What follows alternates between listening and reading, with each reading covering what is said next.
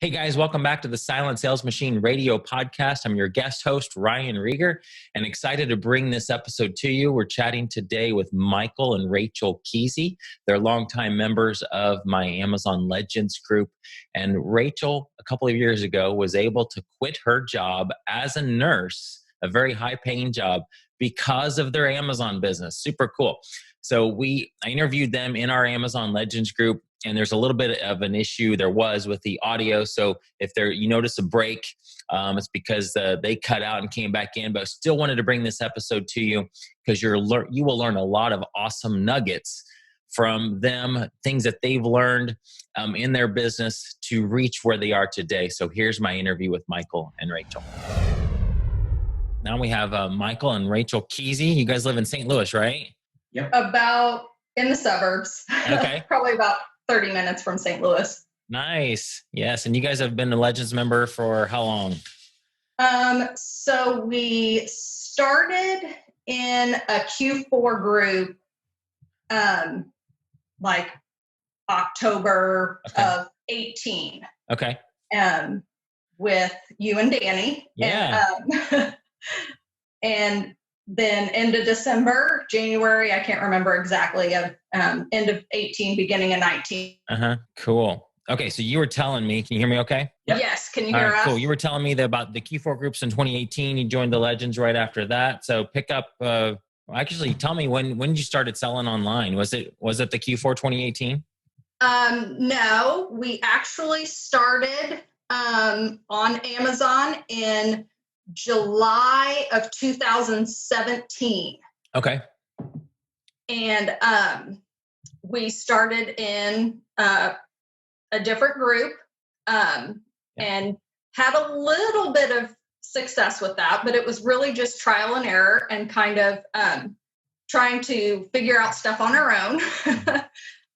We did a Q4 group in a different group in 2017. And then in 2018, we were like, we need something a little bit more. And that was when we found your Q4 group. Okay.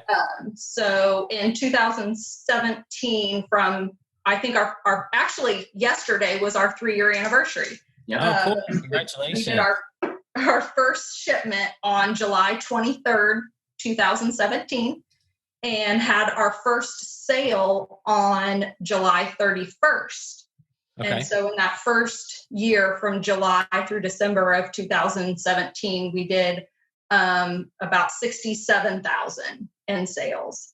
So not bad, but not as much as we really wanted. So then in 2018, we kind of fumbled along and then found your Q4 group. And after that was a game changer. So it was a no-brainer to jump in and join Legends at the end of 2018. So yes, they mentioned the Q4 group. So just as a reminder, we're going to do those again this year, and Legends members get free access to those. We're also going to this might not apply to a lot of you guys because you're farther along usually in this group, but Honey and I are doing a pre-Q4 quick start for Jim's community. So do not sign up for that because you all get free access to that. And it's going to be basically taking somebody who's never sold online before ready in 6 weeks for Q4. I mean, obviously they're not going to be at, Michael and Rachel's level in 6 weeks, but they're going to have gone through a shipment. Our goal is to have them confident with Keepa. So I know some of you will benefit from some of those webinars that we're going to do, but Q4 groups are awesome, and Legends members get free access. So, that's cool. Awesome. So it was a game changer. Q4 is so overwhelming, anyways. Yes. If you're new and it's Q4, it's. Oh gosh, yeah. The reason we're doing that is because most people say, like, I went through one Q4 and I didn't know my first Q4, I had no idea what I was doing, and we want people to have a clue what they're doing. Honestly, to be able to have a. They have like something are prepared. They're not going to be experts, but they're going to at least be confident knowing how to move forward. Yes. Yeah. Okay. So 2019 was a full Legends year. Start us there.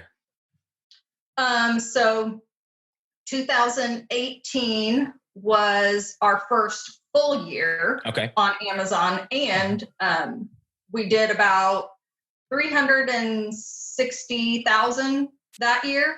Wow. That was 2018. Then we joined Legends, and then 2009. I ended up quitting my job halfway through 2018. Okay. And then 2019 was our first full year in Legends, and we did 508,000. Whoa, you went from 360 to 508? Yeah. That's awesome. Yep. And Mike still works a full-time job. Yeah. He does most of the shopping, and then I do most of the shipping. Okay. So 2019. That's usually backwards. I know. Yeah. Yeah. Well, he works in retail, so right. He's just kind of used to that. So. Yeah, and it works good. So it does. That's right. It does. It works for you guys. Yeah, but most of the time I talk to couples, they're like, the husband is the mule. He does all the hard work, and as far as like the boxing and all that type of stuff, not the fun stuff of the business. Yeah. I save the boxing. I usually will add everything to the shipment, bag stuff, get it all added, and then when it comes to the actual boxing part, I wait for him to get home from work. That's good. That's good.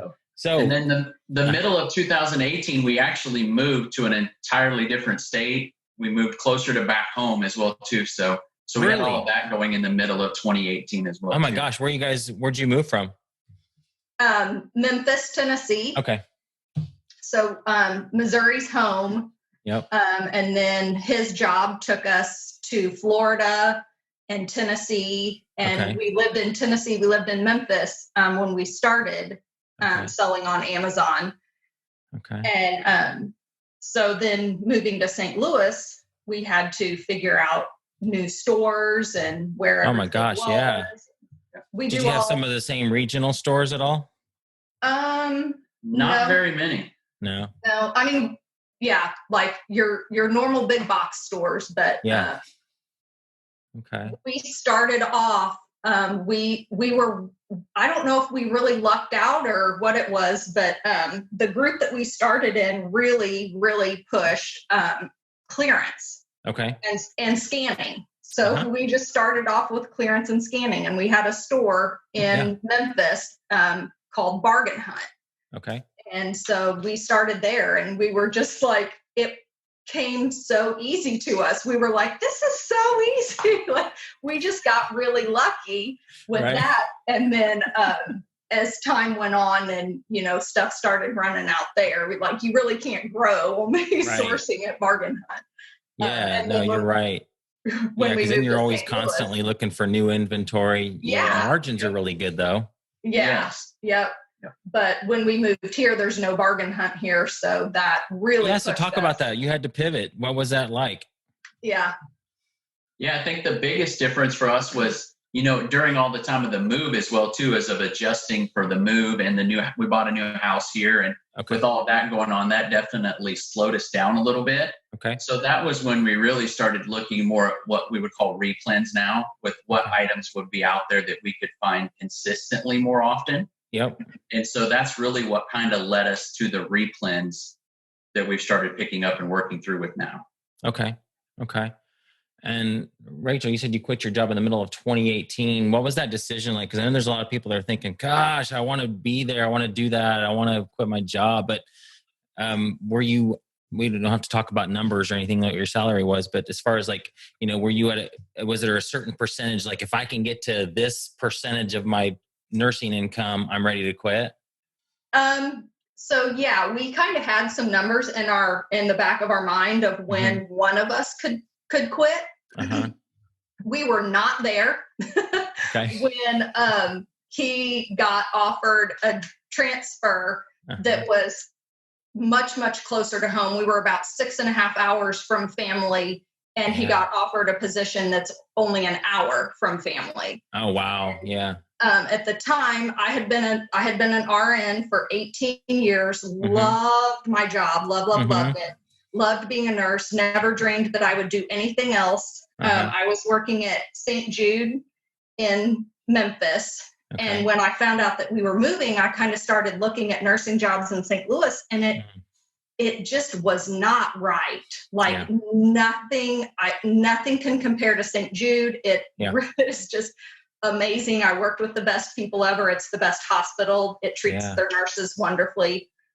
And I just thought, I can't do this. I just don't want to. And, with moving the kids to a new state and then starting a new school system, I just told Mike, I said, I just want to try to make this Amazon thing work when we first move back. I promise I'm going to put 110% into it and just see where it goes, where it takes us. And I really had faith. I really, really had faith that I could make it work. Right. So this was in June of 2018. And he said, okay, I'll give you until January of 2019. You've got, and he helped, Otherwise you're going back to work, baby. You're all on your own. You figure it out. No. But he said, we can do it together. We can make it work with one of us, still working full time and then one of us doing Amazon. Then I'll let you, continue doing it in January. Yeah. So at what point was he like, oh yeah, this is working? Was it happened before January? Oh yeah. Oh yeah. Hey, good. Yeah. Really, that was when we really joined the first Q4 group with you guys. And that's when we really saw the differences. We took a big spike for Q4 that year because, really at that time of June, when she was sharing that information about, man, I want to stay home. I think this might be the right chance to try it. We had only sold 66 or 67,000 the year before.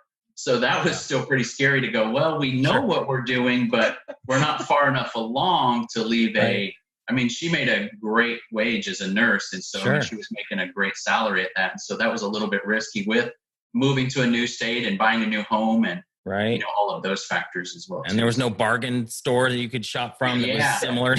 And I was an hour. We had not lived close to family.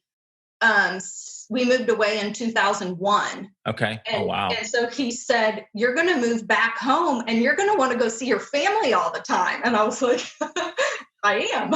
Exactly. And, now my kids are close to grandparents. So, I really had to, schedule when I'm going to work, because when you're your own boss, it's really easy to be like, I'm going to sleep till 9. I'm going to skip today. I'm going to go to the pool. That's so true. So definitely, by November, December, I knew that there's no way I was ever going to go back to being a nurse. And that is awesome. What was that feeling like? Was it were you a little bit sad because you loved what you were doing, or was it like all like wonderful? Very, very bittersweet. Yeah. Because nursing school, anybody that's been through nursing school knows it's not easy. Yeah. And I felt like, I worked so hard to get that RN behind my name. Right. And now am I just throwing that away? And it was hard for me to explain to family. Oh, yeah. I'm not going to be a nurse anymore. I'm going to sell, and when you tell your family, I'm just going to sell stuff on Amazon, they look at you like you have two heads. They don't get it. Oh my gosh. That's so true. It was, I feel very, very blessed now with all of the COVID stuff going on. I cannot imagine. Oh man. Yeah. I have so many friends that are still working as nurses. Yeah. And, even with the virtual learning, my kids were 1st grade, 8th grade, and we don't homeschool. My kids go to public school. Okay. So that was a big transition to bring them home and try to figure out how I'm going to teach them. My gosh. And I love them to death, but I could never homeschool them. So trying to figure out how to work the business and school them. Right. But I just was so thankful. I just thank God every night. If I had had a full-time job outside of the home, I don't know what I would have done. No, absolutely. Oh my gosh. Yes. So it's, I miss it. I definitely miss nursing, but the freedom that I have doing this is absolutely priceless. That's awesome, man. So Michael, you're not planning on, I know we talked before and you actually enjoy what you're doing and you have no plans to quit, right? I don't. I love it. Yeah, he's going to quit. I just celebrated 20 years a few weeks ago. That's awesome. So it's been awesome. Congratulations. So yeah, so it's been great. I love it. So, and it's just a great community, very similar to what Legends is. So that makes it even more special. So. Yeah, no, that's awesome. Is there a struggle there? Like thinking, gosh, if I quit, our business could go to this level, or is it like absolutely not even a struggle at all for you? I would say that definitely pops up at times. So what we've worked on this year specifically is how would we continue to scale without more hours or more commitment from us to do that? Yeah. So that's led us to a pretty big leap over the last couple of months as well too. So about 2 months ago, we decided to make the leap, and we actually have a warehouse now. Yeah, I remember you posting about that. What's that been like?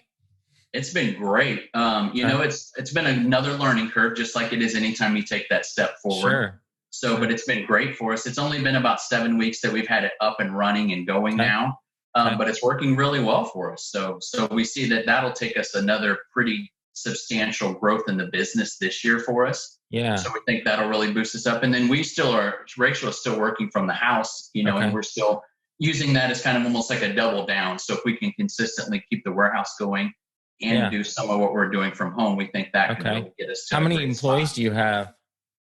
Right now, 2. So we have Nice. 2 that one of them works about 30 hours a week, and the other one is anywhere from 5 to 15, 20. But we have one of them shops for us, and then they both prep and ship. Wow. So we kind of have, and the good thing is that the warehouse is in a totally different town from where we live. It's about an hour away. We were not able to find a warehouse close to where we live that was the right size that fit in our budget. Sure. And so we found one that was in a different town. So they have access to stores that we don't have access to. Oh, that's wonderful. So it's kind of, we're kind of trying to double the business with That's us. awesome. Are your shoppers the one that shops for you, he or she?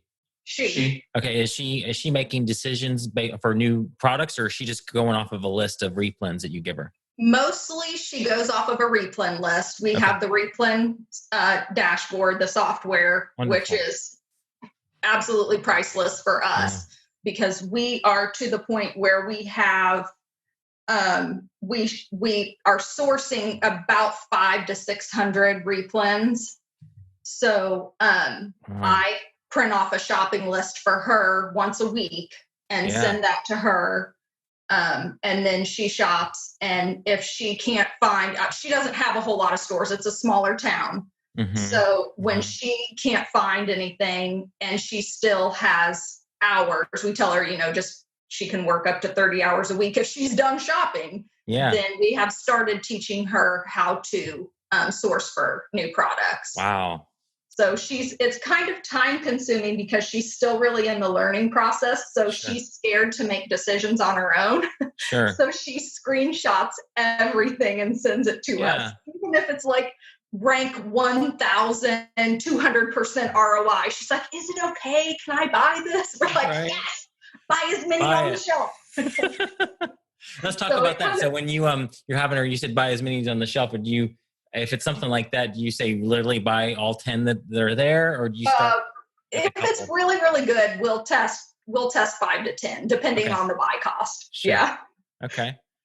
That is awesome. Was that, talk about that decision of, that's a big deal to get a warehouse. Was that hard? And what were you looking for in a warehouse? Because just thinking about all these people that are watching or will be watching the replay thinking, gosh, I want a warehouse, and others don't want to mess with that. But you've just gone through that. So what was that like? And was it kind of a leap of faith or not much? Well, I think the first thing is we met with our accountant first, and we just said, hey, are we at the right stages that this makes sense? And when we first approached him, he said, probably not yet. So we approached him about 6 months ago and just said, hey, this is kind of our goal for what we have set for 2020. And obviously it was before everything that's happening in the world right now. And so he said, I probably would give that another 6 months. And let's see where your first quarter numbers look like and where they end. So after the first quarter, he said, I think you're probably close enough that you could start looking. So that's when we really started shopping for a warehouse, was probably, March, April, when everything was happening. Okay. And so what we found out is that we just really weren't having a lot of luck finding anything with everything that was going on. Right. And so we found a place just like literally at the end of June or at the end of May. And if the opportunity was to move pretty quick on it, they were looking that a tenant was moving out of it, and they were looking to either lease it or sell it. And so we had a great opportunity, but we had to kind of move fast. So we sought kind of our accountant's guidance on that as well too. And he said, man, if you feel like you can do that and have the right employees, then let's do it. So we really quickly looked for a few employees. And the town is where we know a few people from, so that helped us give us a little insight. And so we really just prayed about it and took the risk and did it. So you said so far it's been great. We really just wanted something that was open, really big and open. Okay. That we could like put a huge table in the middle. Sometimes I'll go up there and help, and we have a daughter, 14-year-old daughter. She'll come up and help, and four of us can fit around that table and just be polybagging all at the same time. We have rolling racks. So the space, and it has a dock. Oh, wow. So we aren't to that point yet, but that's a goal to get, have wholesale where we'll be unloading pallets. And right. That's awesome. Talk about the decision. Was it that you couldn't grow anymore because of not enough hours in the day, or you were just tired of having it all in your house? Both. Okay. Both. It really, I was just tapped out. Yeah. When my daughter is here, it's easier because she helps a lot with the prepping and shipping. But Michael commutes 30 miles one way, so 60 miles every day to work. And so he has, I don't even know how many stores that he can stop at. And he has like 3 different highways that he can take to get to work. Okay. So he leaves for work early in the morning and stops at a couple stores on the way to work. Okay. He'll run to a couple stores on his lunch break, and then he'll drive a different route home. So he was shopping way faster than I could ship it in. And so stuff was piling up, and I was stressed out, and I'm just like, I can't do anymore. Right. So that was really the turning point of I was going to have a breakdown. That's right. You're going to go back to nursing. Yeah. I think I may have said that a couple times. I'm just going to go back to nursing, and you can ship all this in. Oh my gosh. So Michael, when you're doing that shopping, talk about are you finding new replants? Is that what you're doing? Yeah, most of that now. I mean, obviously back in the beginning, it was really just working through our replants list that we kind of hand wrote out before we had the software that is out there now. So I would literally just look for those. And once I would pick those up, then I would spend an extra, 15 or 20 minutes in that same area, just trying to find a new item or two every time that I would go. Okay. And so really by sticking with it consistently, almost every day or every other day, I was able to kind of build that replants list for us pretty consistently too. So. Man, so now you're still, are you still looking for more, a couple more, you're picking up the ones you need that your shopper isn't able to do or doesn't have time, and then you're finding a couple more each time that you're out? Yep, that's a goal. So my goal is really to try to find 2 to 3 every time that I go out. That's awesome. And hit the store. So that's really helped us build it. And we've actually built the replants probably up to about 1,600 or 1,700 total. Jeez. But so many of those are either seasonal, or they tank a little bit over time, so they fall off your list and you just watch them for later. So yeah, we built the replants list pretty big. So that also helped a little bit in the influence of being able to share with our accountant to say, hey, we think it's the right time to look for a warehouse. Yeah. Since you're finding that many replants, I know I probably know what your answer is going to be, but do you feel like you're ever going to run out of potential replants? No. That's right. Capital, yes. Yes. Now our biggest problem is how do I have 2 shoppers? Because we don't use credit. If I have a bank account, and every morning I get up and I see how much is in there, and I text my shopper and I say, this is how much you have to spend. And she goes to the store and she shops until it's spent. And then she goes and preps it. So that's awesome. That is our biggest hurdle right now is capital, but it's definitely, I mean, since we've hired her, and it's hard to judge because we hired her and got the warehouse right around the time that everything was booming with COVID, but we're up over 50% from last year. Wow. And up 30% from last month. Oh my gosh. So we're growing it. Just like one of the big things that I always say to new sellers is it is a marathon, not a sprint. Yes. Don't try to start at phase 3. Yep. Start at the beginning, be patient, and you don't need every single tool out there in the beginning, every single fancy thing that everybody else has. Just keep up. Yep. That's the thing I would reinforce to people as well is, we really didn't get a warehouse until we had probably sold. I mean, really, we were over $1 million total from the time we started it. We had sold before we moved to that level of taking that risk. So, but in the beginning, we had none of those tools. We were talking about a little bit this morning is we were finishing up a shipment this morning, but we were talking about our first shipment was like 23 items. And the first item we sold was a lunchbox, and we were so excited, but it probably took us 5 or 6 hours to prep 23 items and ship them in because we didn't have any software, any tools, or anything.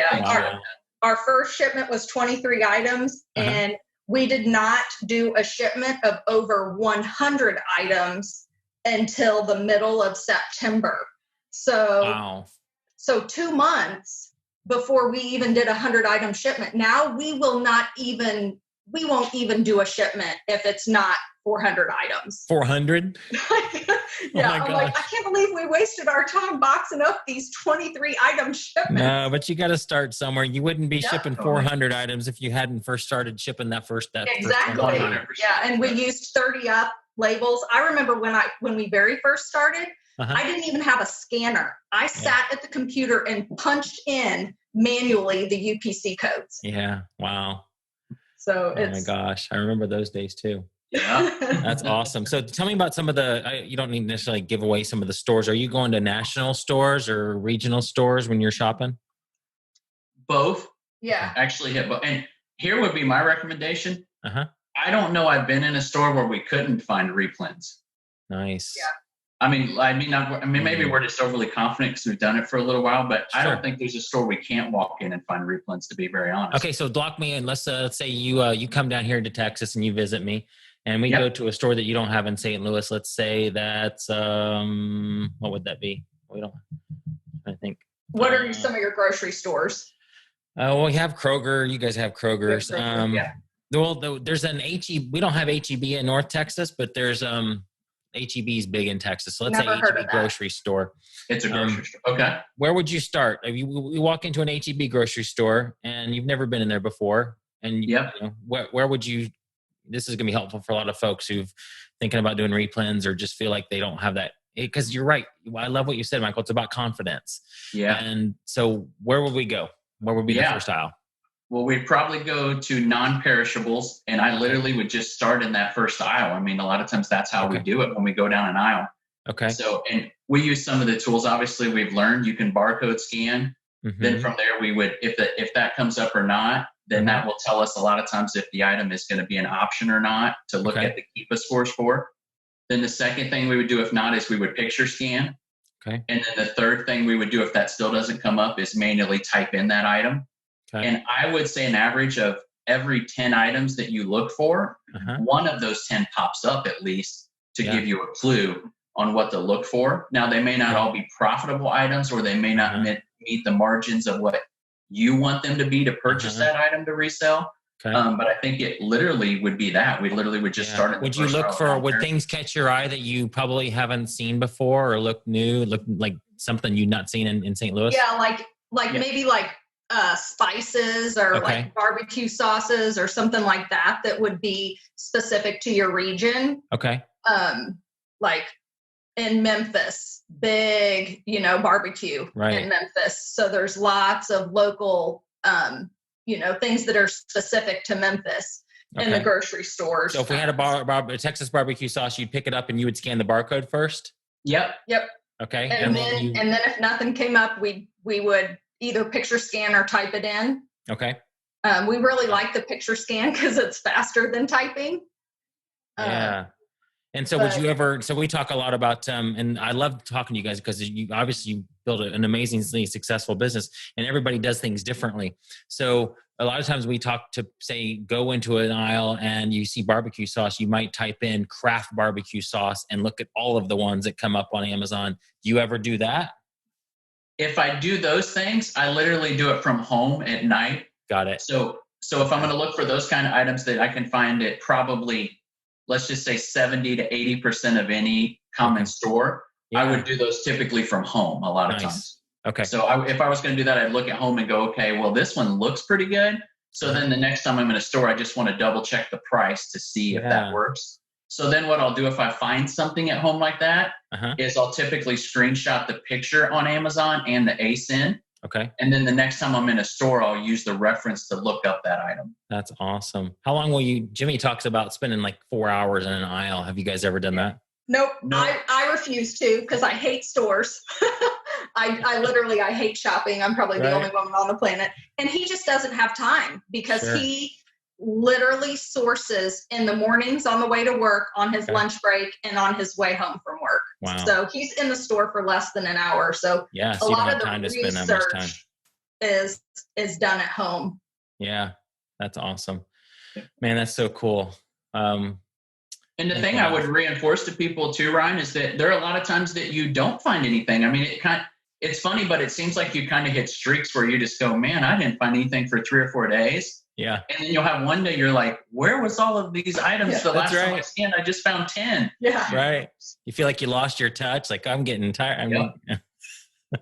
So I think that helps a ton. It's just the stick with itness, like Rachel said, the marathon, not the sprint. Yes. So, I mean, really, if you found 30 items in a month and you didn't find 20, you didn't find any for the first 20 days, but you found them all in the last 10 days, you still would have met your goal. Yep. That's awesome. My goodness. So I heard you say stick with itness, the marathon, not a sprint. What other advice would you say, give to somebody who's, or maybe give what you would give to yourself, 2 years ago? His favorite saying in life is control the controllable.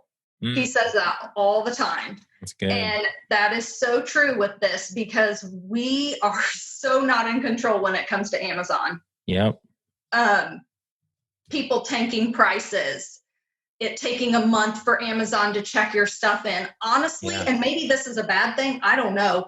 I do not even look to see how long it is taking Amazon to check my stuff in. Sure. Because it's only going to make me angry.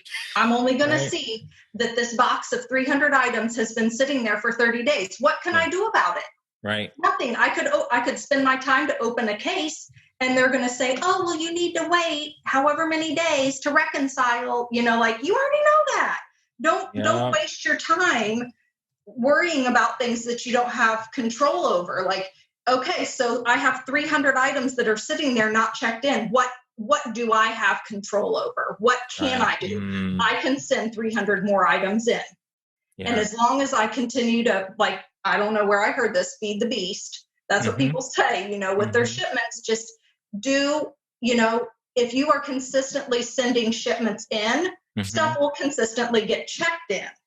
It'll, there are times where stuff never gets checked in and you do need to open the case and that kind of thing. But really, I only check that stuff about once a month. And I just focus on getting stuff sent in, and it helps my stress level. So, are you guys doing any merchant fulfilled right now?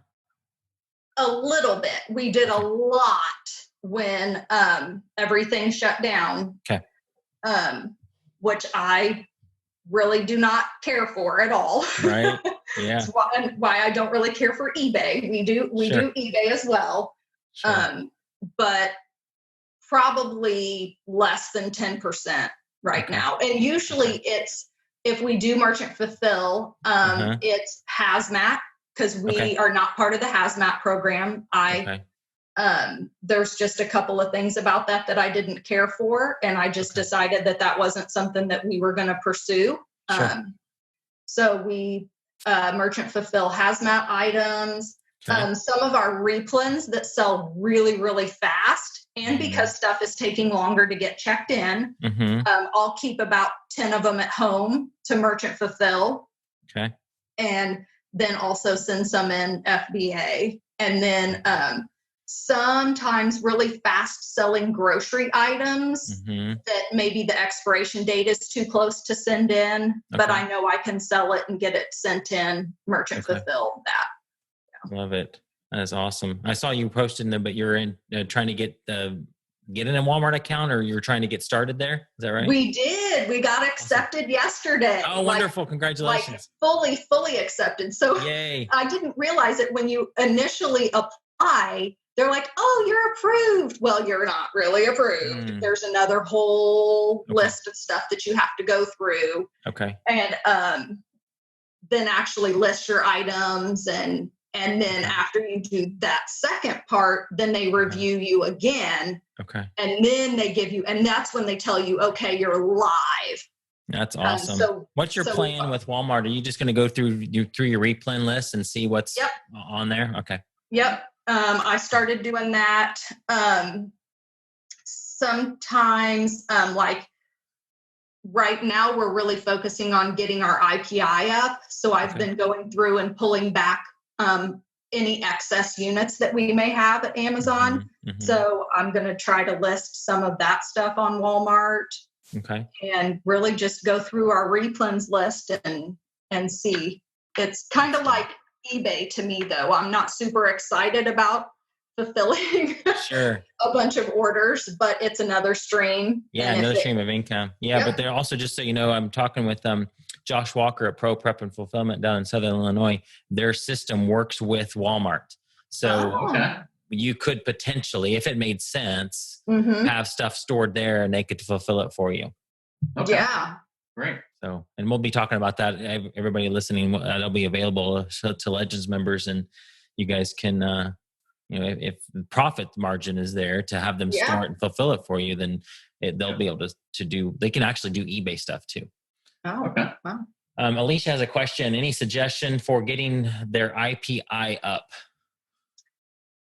So we actually, ours was below 500 when they sent out that email, and I had a major panic attack. And so I was like, oh my gosh, because we really start sending Q4 stuff in September, October, and we will load up on things.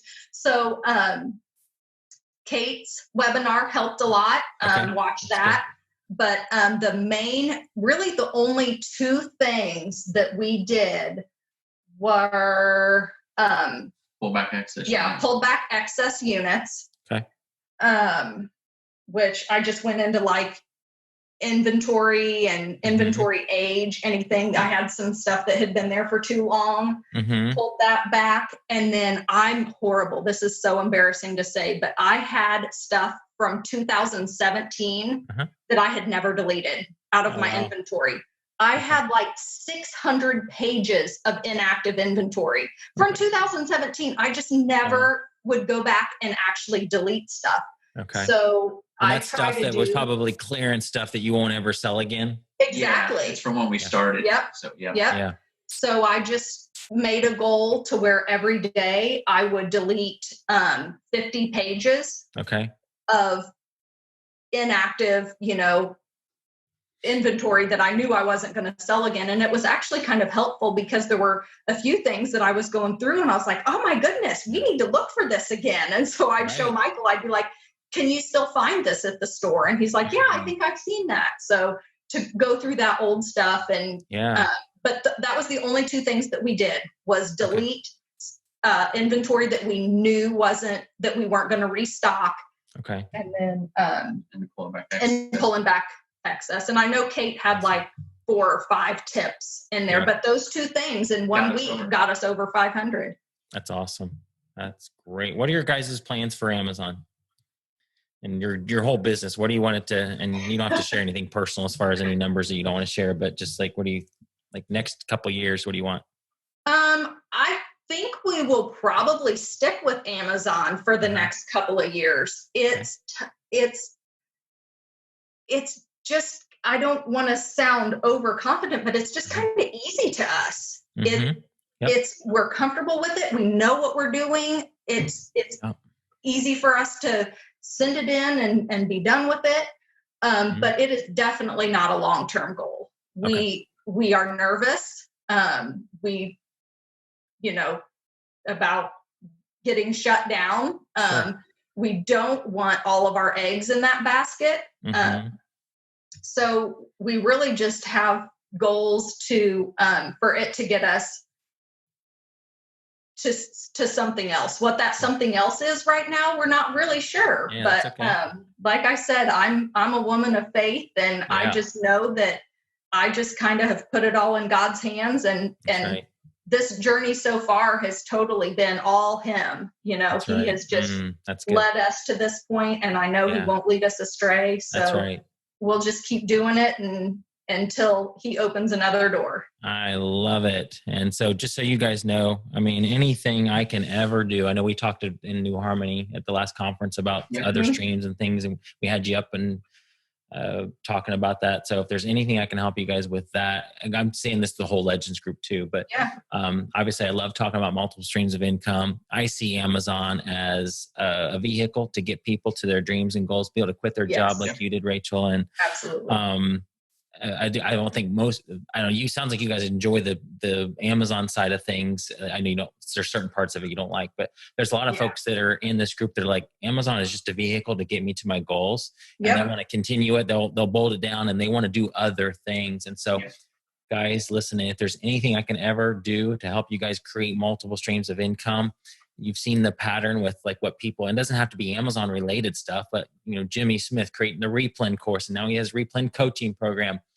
So if there's anything at all that you feel like I can help you launch out into those things. And again, it doesn't have to be anything e-commerce related. I love helping people who, want to do, write a book, create a course, and again, something totally unrelated. Feel free to contact me anytime. That's my heart, my passion. So awesome. But so proud of you guys. That's so fun. That's why the Legends group is so awesome, because there's so many people good at so many things. Yes, you're right.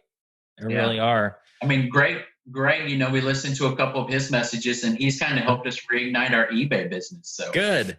So even though I still hate it. don't tell him. He'll get a big head. Don't tell him.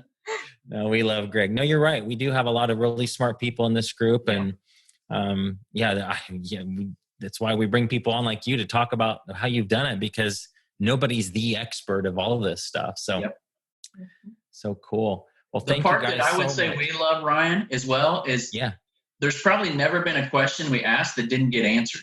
That's good. I love that part. I mean, because you're not going to know everything about the business.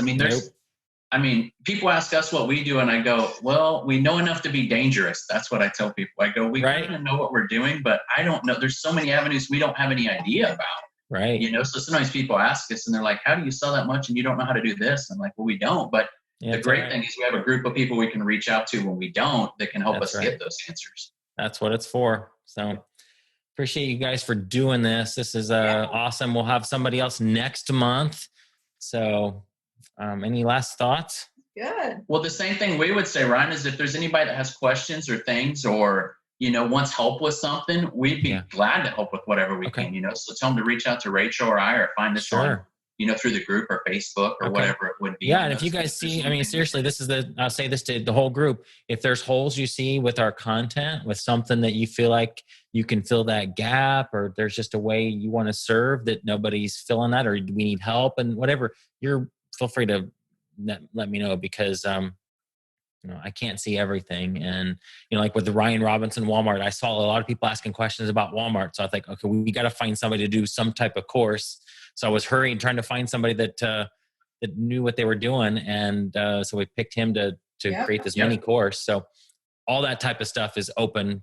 So feel free to let me know. Yeah. Awesome, guys. Thank you so much. Have a blessed weekend, and we'll see you next time. All right. Thank you. All right. All right. See you, everybody. All right. Bye.